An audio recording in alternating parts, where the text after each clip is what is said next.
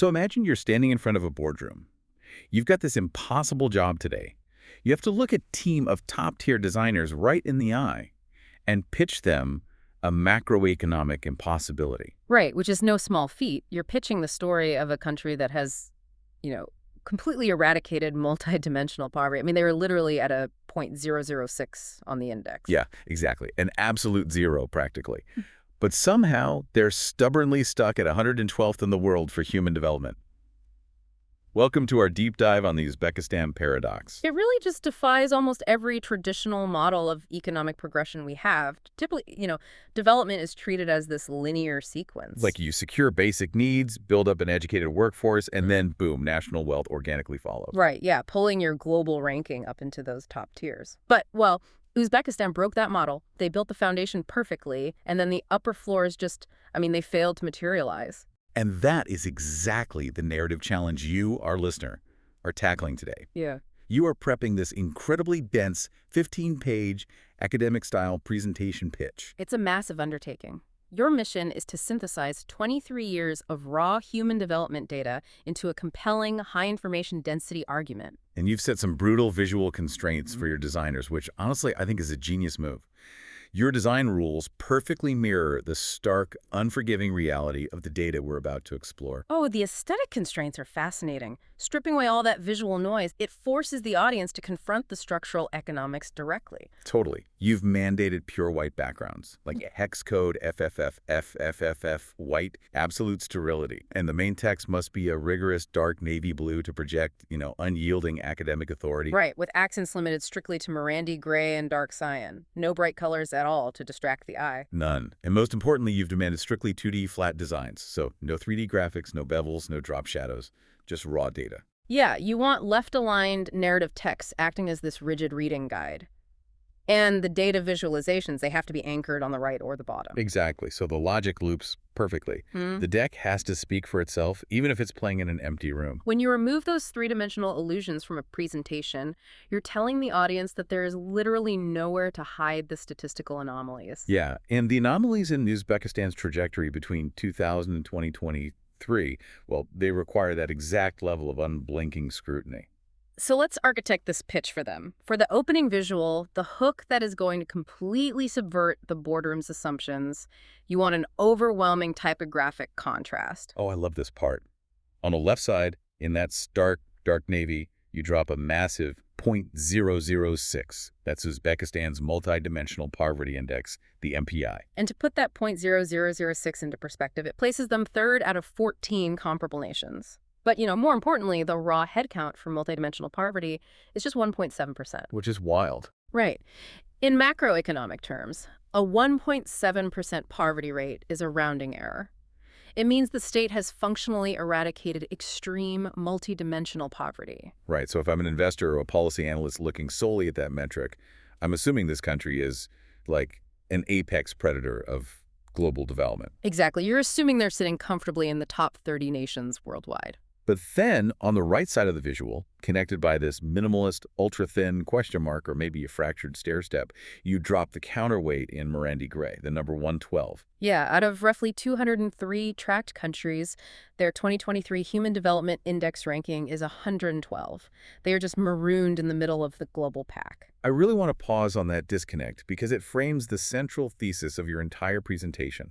How is it mechanically possible to have zero absolute poor yet fail to break into the first tier of human development? It's the million-dollar question. Where is the structural ceiling? And, well, the answer lies in the architecture of the indices themselves. Let's break that down for the pitch. So, the Multidimensional Poverty Index measures deprivations in basic living standards. Do you have a top floor? Do you have access to clean drinking water? Are your kids in primary school? Things the state can just physically build. Precisely. Eradicating that is a matter of state capacity and infrastructure deployment. The state can physically lay pipes, string power lines, and mandate basic schooling. It's a logistical challenge, basically, not necessarily a massive wealth generation challenge. Well, that's it, exactly. But the Human Development Index, the HDI, that's a composite metric measuring long-term potential. It evaluates life expectancy, mean years of schooling, and critically, gross national income per capita. Right. the muddy part. Yeah, you can build a functioning water grid and basic schools without generating high-end globalized wealth. But you cannot climb the HDI ladder into the top 50 without a hyperproductive economy. So for the next phase of the pitch, slide 2, we need to map out the entire macroeconomic dashboard. Show where the engine is working and where it's stalling. We're going to run a full spectrum scan across 4 core indices. Visually, you'll want to imagine a crisp 2D radar chart here, or a series of uncompromising horizontal bars comparing Uzbekistan directly to the 2023 global averages. This is where we deconstruct the composite data. You have the baseline HDI, where Uzbekistan is at 0.740 against a global average of 0.756. So they're trailing slightly on the base. Yeah, just slightly. Yeah. Then you look at the Gender Development Index, the GDI, which measures disparities in HDI by gender. Here they sit at 0.951, just a tiny fraction below the global 0.955. But the narrative completely flips when we look at the Gender Inequality Index, the GII. And it's crucial to remind your audience here that for the GII, a lower score is better. Right, because it measures the loss of achievement due to gender inequality in reproductive health, empowerment, and the labor market. So the global average for GII is 0.455. But Uzbekistan is sitting at an astonishing 0.291. Which means they are vastly outperforming the global average. Their reproductive health metrics and female parliamentary representation create this incredibly robust floor. And we see a really similar phenomenon with the PHDI, right?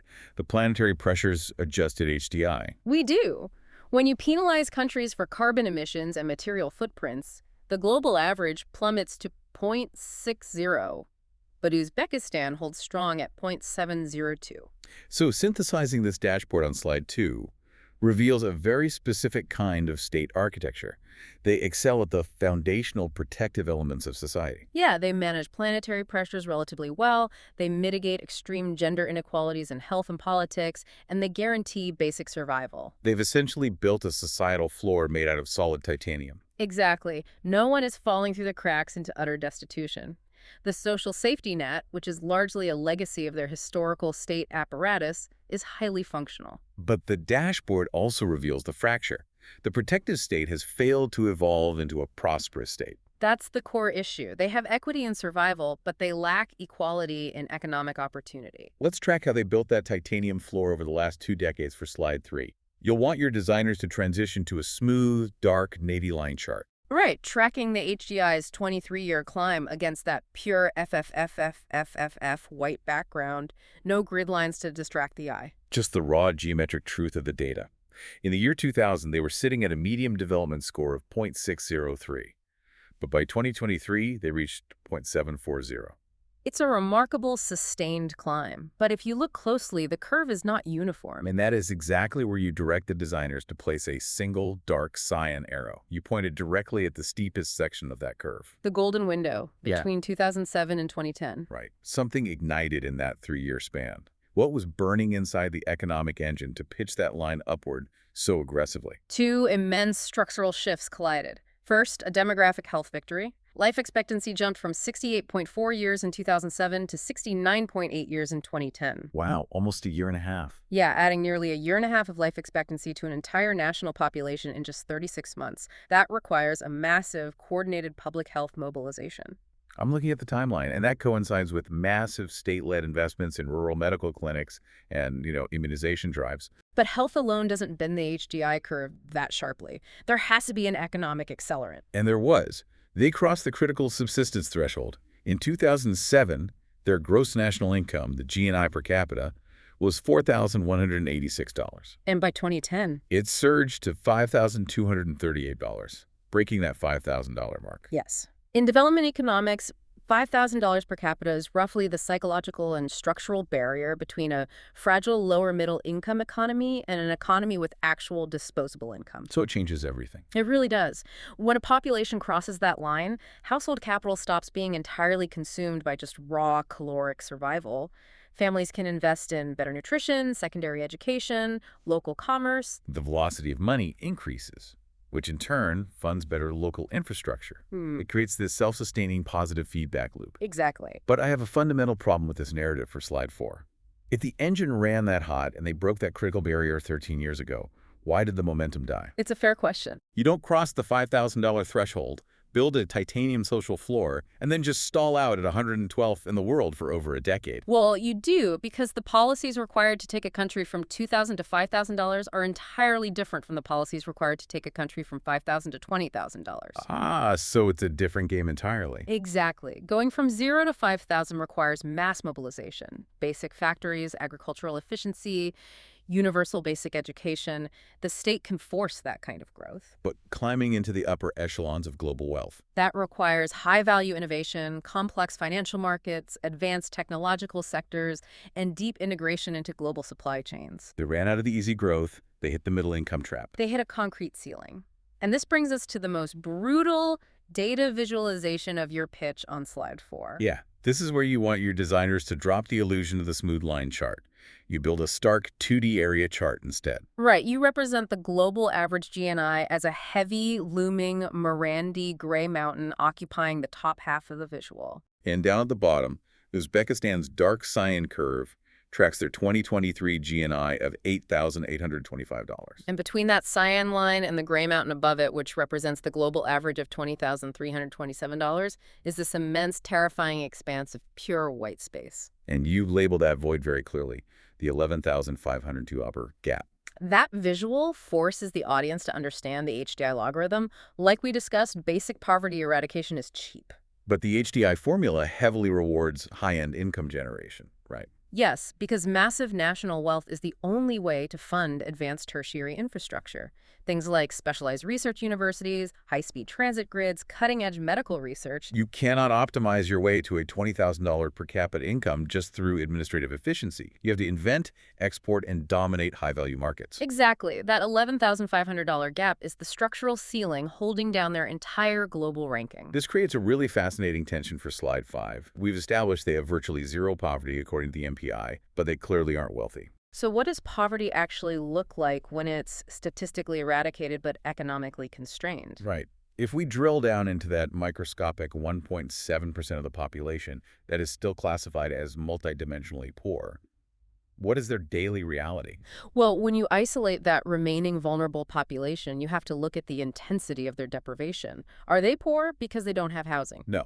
The data shows housing deprivation contributes only 2.4% to their poverty index. Are they lacking basic sanitation or cooking fuel? Sanitation is 1.1%, and cooking fuel is a negligible 0.5%. So the physical infrastructure of the state is holding up. You have a roof, a toilet, and gas to cook your food. But there is a catastrophic failure point. Yeah. Child mortality contributes an agonizing 94.5% to the MPI intensity. Wow. I want to make sure you, our listener, grasp the sheer scale of that imbalance for slide 6. It's not just a minor crack in the foundation of their healthcare system. No, it is a massive load-bearing pillar that is buckling under very specific pressure. If 94.5% of your remaining extreme poverty is defined by the death of an infant, your societal vulnerability is hyper-concentrated. It reveals the exact limits of a middle-income healthcare system. A state with an $8,000 per capita GNI can afford universal vaccination programs, right? Yeah, and it can afford to build concrete block clinics in rural provinces and staff them with general practitioners. Exactly, and that eliminates the broad, easy-to-cure diseases that historically define multidimensional poverty. But saving a premature infant or treating complex neonatal respiratory failure, that doesn't just require a concrete clinic. No, it requires a state-of-the-art neonatal intensive care unit. It requires million-dollar incubators, specialized pediatric surgeons, and a flawless, unblinking power grid. And those things cost Tier 1 money. We bump right back into that 11,502 wealth gap. The tragedy here is that the poverty that remains in Uzbekistan is almost exclusively the kind of poverty that can only be solved by immense capital accumulation. Almost no poverty does not mean no tragedy. Exactly. It means the tragedies that remain are just the most expensive ones to fix.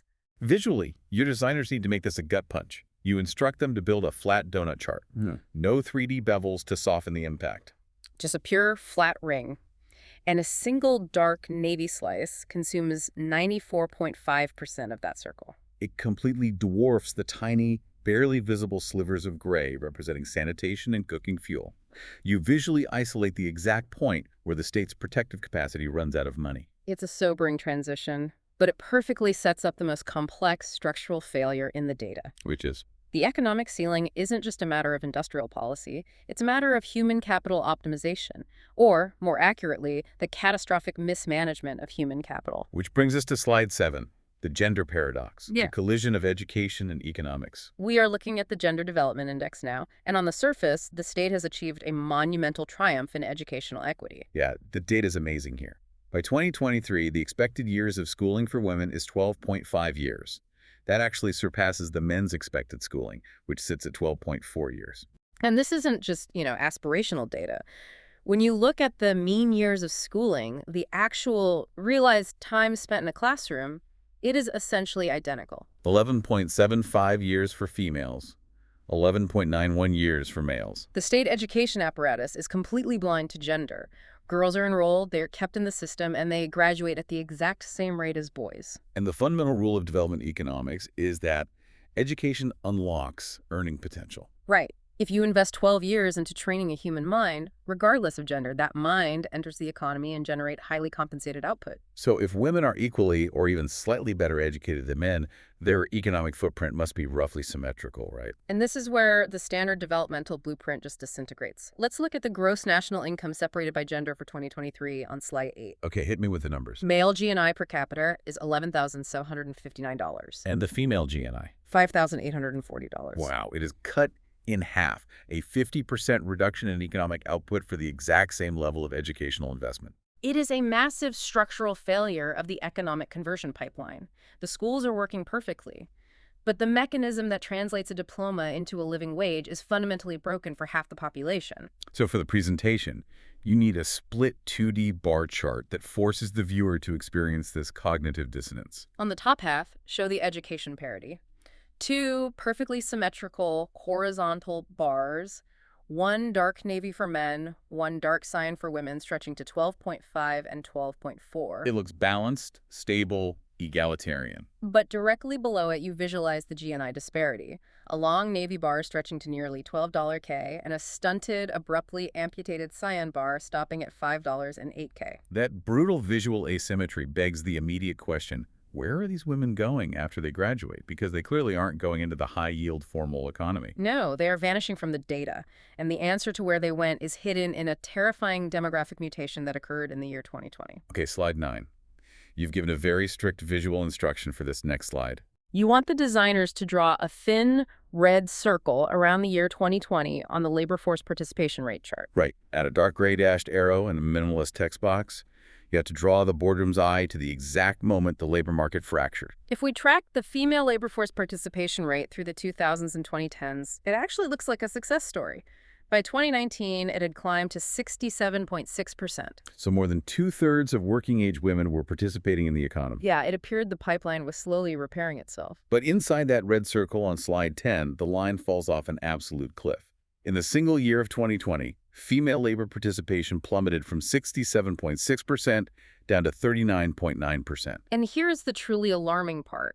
The recovery has been basically non-existent. By 2023, the line only crawled back to 43.6%. A nearly 30-point contraction that permanently scarred the economic landscape. Now, anyone in that boardroom is going to immediately say, well, 2020 was a global pandemic, every labor market crashed. And that's true. But look at the male participation line. Men dropped from 81.5% in 2019 to 73.1% in 2020. That is an 8-point dip. While the women took a 28-point catastrophic hit. Right. A pandemic doesn't target genders with that kind of mathematical precision, unless the economy is already structurally segregated. Exactly the point. Crises do not impact populations equally. They exploit existing structural fragilities. So what does a 28-point drop reveal? Highly aggressive occupational segregation. Women in Uzbekistan were overwhelmingly concentrated in vulnerable, informal, or unstructured sectors. Like retail, hospitality, informal domestic work, unstructured market trading. Yeah, sectors that require physical presence and have basically zero institutional protection. So when the lockdowns hit, those jobs didn't just pause, they evaporated. Meanwhile, the men were likely insulated in state-protected heavy industries, construction, large-scale agriculture, or formal corporate roles that received government bailouts. They can weather the storm. But the real diagnostic failure isn't the drop in 2020, it's the flatline in 2023. If this were purely a pandemic artifact, we would see a V-shaped recovery as lockdowns lifted. The fact that female participation stayed anchored at 43% indicates a profound cultural and structural regression. The economy just restructured itself to function without them. Yes, when those women lost their jobs, the society essentially reabsorbed them into the domestic sphere. The temporary crisis triggered a permanent eviction from the formal economy for millions of educated women. The dual burden syndrome, where women are expected to manage the household and generate income, just collapsed under pressure. And without robust state childcare infrastructure during the crisis, women were forced to default to unpaid care work, and the economy simply closed the door behind them. Which perfectly explains why their GNI is half of the men's. They literally aren't in the workforce to generate income. But this eviction from the labor market triggers a cascading effect into the demographic data on slide 11, specifically the adolescent birth rate. And this is a metric that deeply concerns developmental economists because it signals a reversal of modernization. Let's unpack the historical context. Usually, as HDI goes up and a country gets wealthier, the adolescent birth rate drops. Right, and Uzbekistan followed this rule perfectly for decades.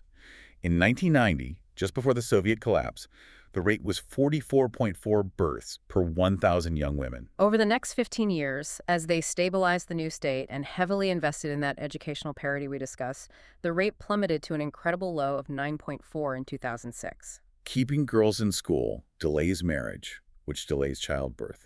It is the most reliable demographic mechanism in the world. But then the data mutates. The rate started creeping up. By 2010, it was 22. By 2021, it was 31. And by 2023, it has surged back to 34.0 births per 1,000.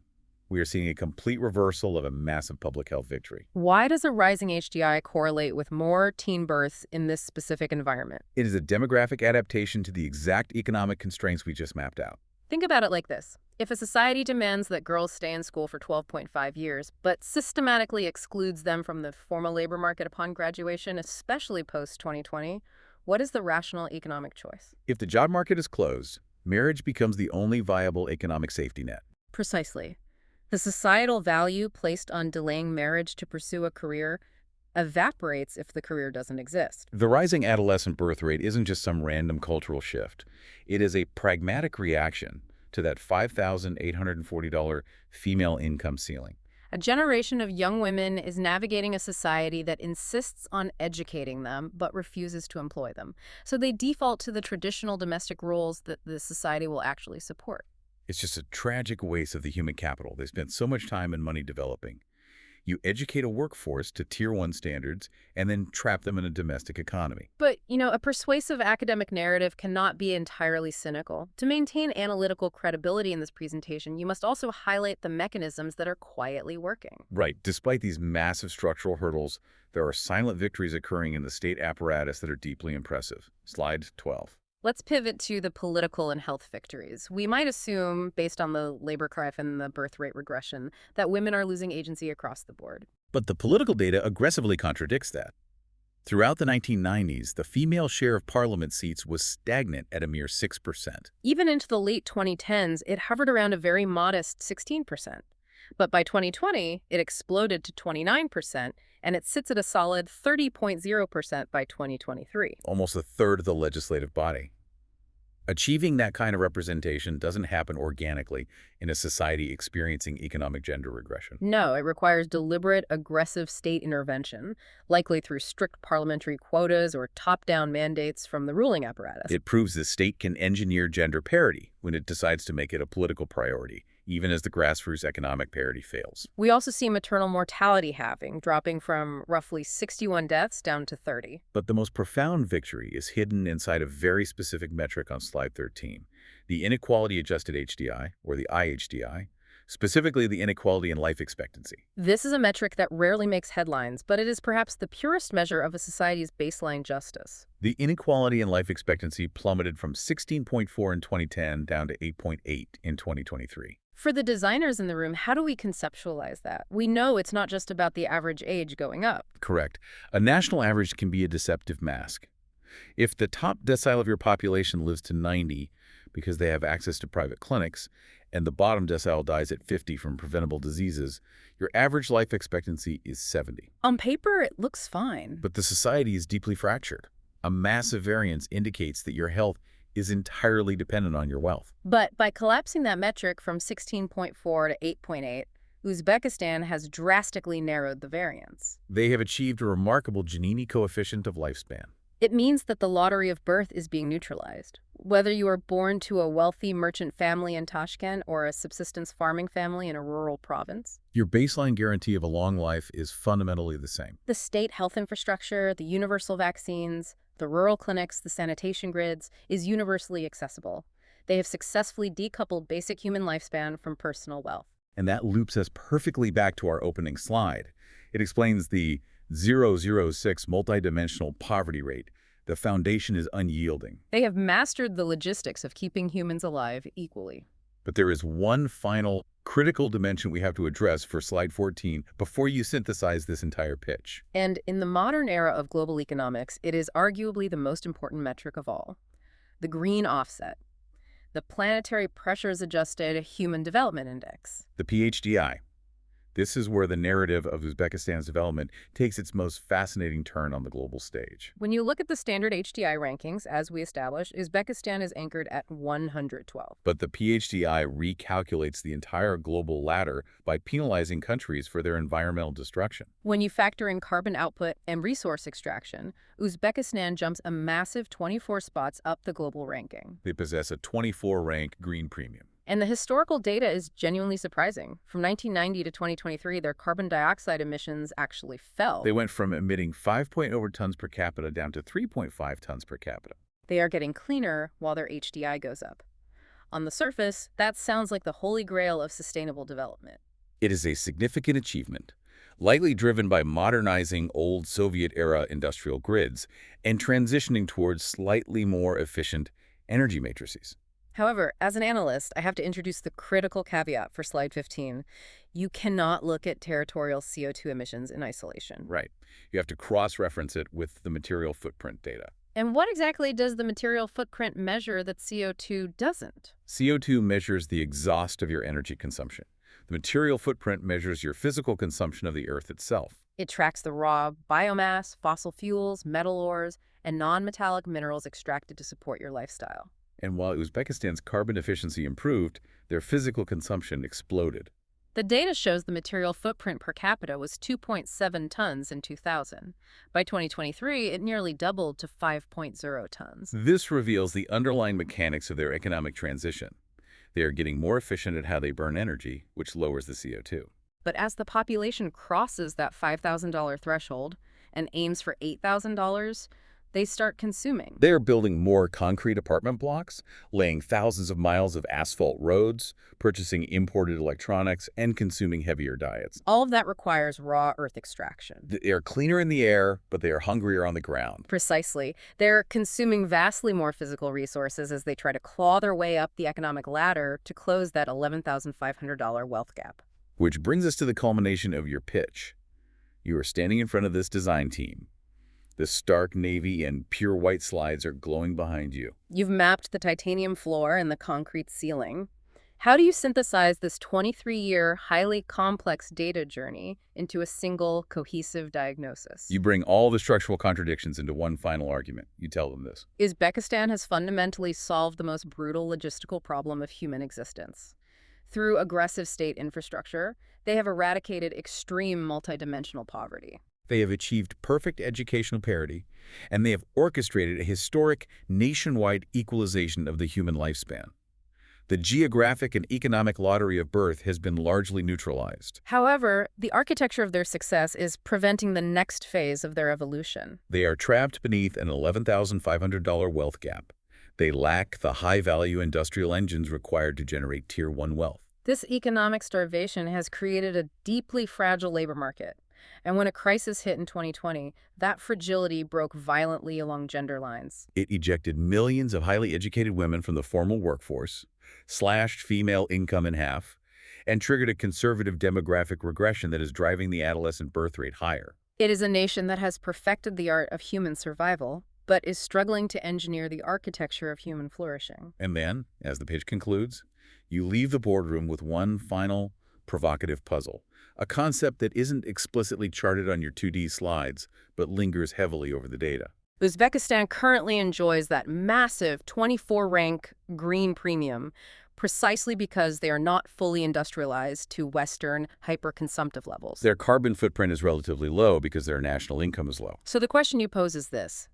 As Uzbekistan desperately attempts to break through that $11,500 ceiling, As they try to build the heavy industries, the data centers, and the high-yield manufacturing required to reach the top tier of human development, will they be forced to sacrifice their planetary ranking? can any nation, given our current technological paradigms, break through the economic ceiling without breaking the environmental floor? Or is the tragic, unspoken reality of global development that to become truly wealthy, you must first become a massive polluter? Take this robust, high-density narrative.